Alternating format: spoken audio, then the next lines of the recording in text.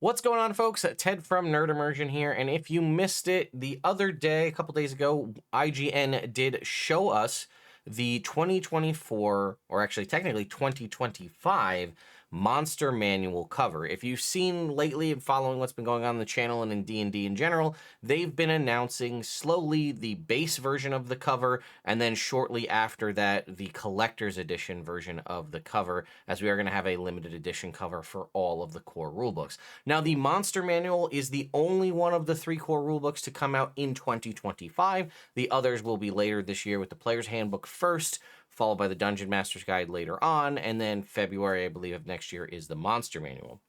Speaking of monsters, though, before we dive in and take a look at it, I did want to just let you guys know that there is still 4 hours left on the Oracle Monster Generator from our friends over at Nord Games. We talked about this earlier, I think last week, where I did a full video just kind of talking it through, showcasing how great it is for creating monsters, whether this is for something like your D&D campaign, or really any kind of fantasy-themed campaign, or short story novel creation, backstory. A ton of options here for you. They are just shy of $100,000 raised, which would be wild if they could break that with just a few hours left. So if you're looking to create your own cool monsters, or again, just conceptually, whether or not it's actual stat blocks, though there is more information about quirks and things to make monsters specifically, check out the Oracle Monster Generator with the link in the description down below.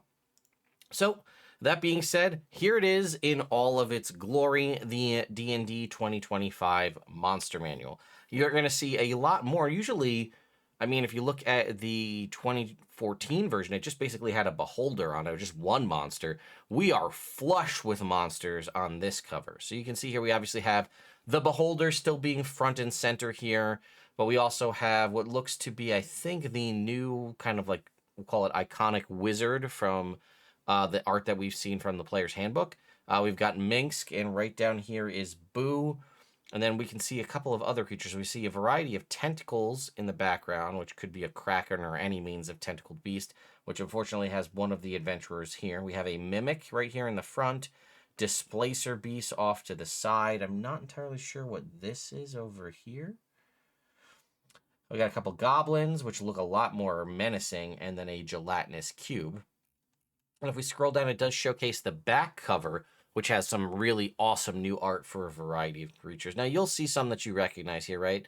Like a Modron, looks like a zombie, Myconids. I love the new Nothic art, is fantastic. We'll get closer up images of this in a second. Here's a Mind Flayer. We've got like a Gazer and maybe an Eye Tyrant. Looks like maybe a Harpy, a Knoll, an Owlbear. But it does say, among the back, you'll see a variety of creatures from dragons and hags and mind flayers. I don't think that it say anything about you're going to see it. They mentioned the blob of annihilation and the vampire warlock as other creatures that will be within the book. I wasn't sure what this is. This is clearly maybe like a dragon eye. Here's an intellect devourer. I gotta say, they really did jam-pack creatures and monsters into this cover. So let's go ahead, and if we were to do this, we can get some more close-up images. So here's the front and back side by side here. And there's a little bit of a closer-up image of some of these. There's a better image. You can see the Nothic. Again, this looks like maybe a goblin. If this is what the kobolds look like right here, kobolds got a serious glow-up, and they look terrifying. Again, looks like a zombie. Here's a good green hag. Not sure what this... Could this be like a Pit Fiend or a Baylor here? I believe this is a Harpy. And then we have 2 smaller looking, we got some tentacles. This is maybe like a Grell or something off the side here. Let's keep going. Here's again our general, just the front page cover of the monster. There's a Flame Skull over here as well, which I didn't mention before. I really can't tell what that is. Maybe we can get a close-up image of it.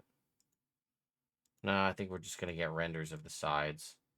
Yeah, so we don't unfortunately have any zoomed in images of it, but I also love the art of this beholder. Look at like all the rows of teeth and stuff. This thing is terrifying. This is one of the best beholders I think we've seen. It also really does a good job of showcasing the variety in beholders, because right, beholders can come in a variety of different designs, whether they have kind of more like almost tentacle like eye stalks, or like chitinous, like rigid insectoid looking eye stalks.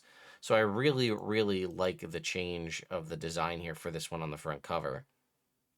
And it's also nice we get to see some heroes at work. Again, unfortunately, this character's not doing so hot, and maybe there's somebody being dissolved within this gelatinous cube down here as well. I gotta say, I'm a big fan of this redesign. I'm very curious to see what the collector's edition, limited edition version is going to look like. Are we going to get the same treatment of that degree of creatures on it? Or is it going to be a little bit more subdued and maybe just like the Beholder? Let me know your thoughts and opinions on this in the comments down below. I'll see you all next time.